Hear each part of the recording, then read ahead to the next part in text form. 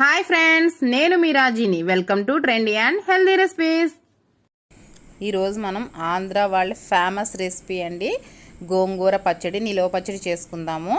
అది ఏ విధంగా చేయాలో పర్ఫెక్ట్గా సింపుల్గా మీకు చూపిస్తానండి. ఇంతవరకు నా ఛానల్ ఎవరైనా సబ్స్క్రైబ్ చేసుకోకపోతే తప్పకుండా సబ్స్క్రైబ్ చేసుకోండి. పక్కనే ఉన్న బెల్ ఐకాన్ యాక్టివేట్ చేసుకోండి. నేను 2 గోంగూర కట్టలు తీసుకున్నానండి, పెద్ద పెద్దవి.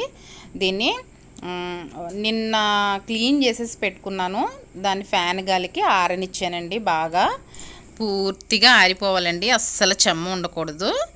బాగా డ్రై అయిపోతే మనకి ఎక్కువ రోజులు నిల్వ ఉంటుంది పచ్చడి. ఒక పెద్ద బాండి తీసుకుని దానిలో వేసుకుని ఫ్రై చేసుకుందామండి. కొద్దిగా ఆయిల్ వేసుకుందాం. ఆయిల్ వేసుకుని బాగా ఫ్రై చేసుకోవాలి. ఆయిల్ వేసుకుని ఎండుమిర్చి ఫ్రై చేసుకోవాలండి. ఒక 100 గ్రాములు ఎండుమిర్చి తీసుకోవాలి.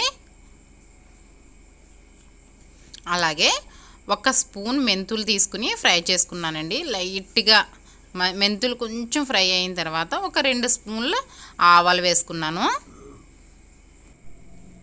ఆవాలు మెంతులు కూడా ఫ్రై అయిపోయినాయి కదండి. ఎక్కువగా ఫ్రై చేస్తే చేదు వచ్చేస్తుంది. ఇంకా స్టవ్ ఆఫ్ చేసేద్దాం. గోంగూర బాగా ఫ్రై అయిపోయింది కదండి, ఇంకా స్టవ్ ఆఫ్ చేసేద్దాం.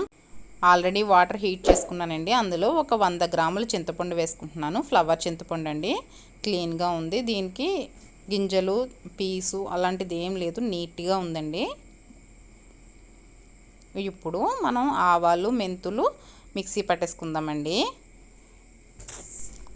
ఆవాలు మెంతులు పౌడర్ చేసుకున్నాం కదా. ఇప్పుడు మనం ఫ్రై చేసి పెట్టుకున్న ఎండుమిర్చి వేసుకుందాం. ఇవి కూడా మనం మిక్సీ పట్టేసుకుందామండి. మిక్సీ పట్టేసానండి. ఒక టీ గ్లాసు కళ్ళుప్పు తీసుకున్నాను. అంతా వేయట్లేదు, కొద్దిగా ఉంచేస్తున్నాను.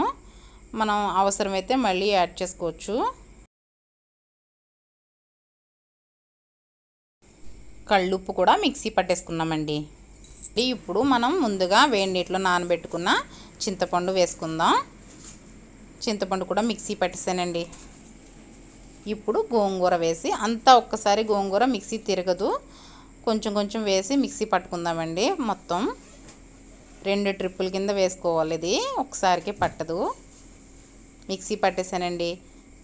వెల్లుల్లిపాయలు కూడా వేసుకున్నాను. పచ్చి వెల్లుల్లిపాయలు కచ్చాపచ్చ కింద ఒక్క తిప్పుకుంటే చెక్క ముక్క కింద అవుతుంది. ఇదిగోండి, మొత్తం అన్నీ కలిపి మిక్సీ పడితే ఈ విధంగా పచ్చడి తయారైంది, గోంగూర పచ్చడి. ఇప్పుడు తాలింపు వేసుకుందాం. మెంతులు, ఆవాలు, జీలకర్ర. 1 స్పూన్ ఆవాలు, ఒక 1/2 స్పూన్ జీలకర్ర, ఒక 1/2 స్పూన్ మెంతులు ఆ విధంగా వేసుకోండి. నేను వేరుశనగ నూనె వేసుకున్నానండి. పచ్చడికి వేరుశనగ నూనె అయితేనే చాలా బాగుంటుంది. శనగపప్పు వేసుకుంటున్నాను. ఒక 2 స్పూన్స్ శనగపప్పు వేసుకున్నానండి, పచ్చి శనగపప్పు.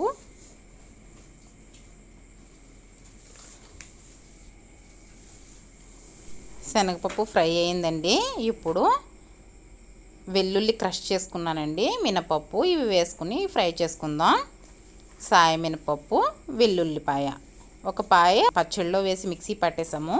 ఒక పాయ ఇక్కడ కొంచెం దంచుకుని ఫ్రై చేసుకోవాలి.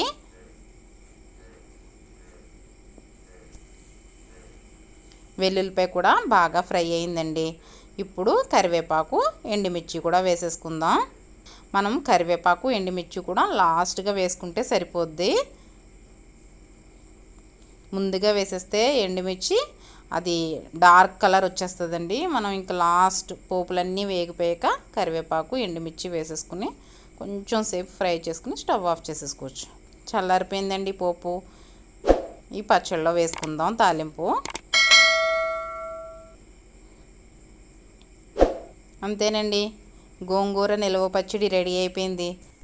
ఈ పచ్చడిని ఒక గాజు సీసాల్లో పెట్టుకుని ఉంచుకుంటే ఎన్ని రోజులైనా నిలువ ఉంటుందండి. రేపు మార్నింగ్ అవసరాన్ని బట్టి నేను కొద్దిగా నూనె వెచ్చబెట్టుకుని మళ్ళీ వేసుకుంటాను. ఫుల్గా ఆయిల్ ఉంటే అస్సలు పాడవదు పచ్చడి. చూసారు కదండి, గోంగూర పచ్చడి కరెక్ట్ మెజర్మెంట్స్తో ఈజీగా ఏ విధంగా తయారు చేసుకోవాలో చూపించాను కదా. దీనిలోని ఆనియన్స్ వేసుకుంటే చాలా బాగుంటుందండి. కానీ ఇది అంతా నిలవ పచ్చడి కదా, అంత దాంట్లో కలిపితే వేస్ట్ అయిపోద్ది. ఎప్పటికప్పుడు కొంచెం కొంచెం పచ్చడి మీరు తీసుకుని దానిలో ఆనియన్స్ కట్ చేసి మనం రైస్లో కలుపుకుంటే చాలా బాగుంటుందండి. తప్పకుండా ట్రై చేయండి. ఏ విధంగా వచ్చిందో కామెంట్ సెక్షన్లో తెలియచేయండి. ఈ వీడియో కనుక మీకు నచ్చినట్లయితే ఒక లైక్ చేయండి, మీ ఫ్రెండ్స్కి షేర్ చేయండి. మరిన్ని సింపుల్ అండ్ టేస్టీ రెసిపీస్ కోసం మన ఛానల్ని సబ్స్క్రైబ్ చేసుకోండి. Bye friends. Thank you for watching. Please like, share and subscribe my channel.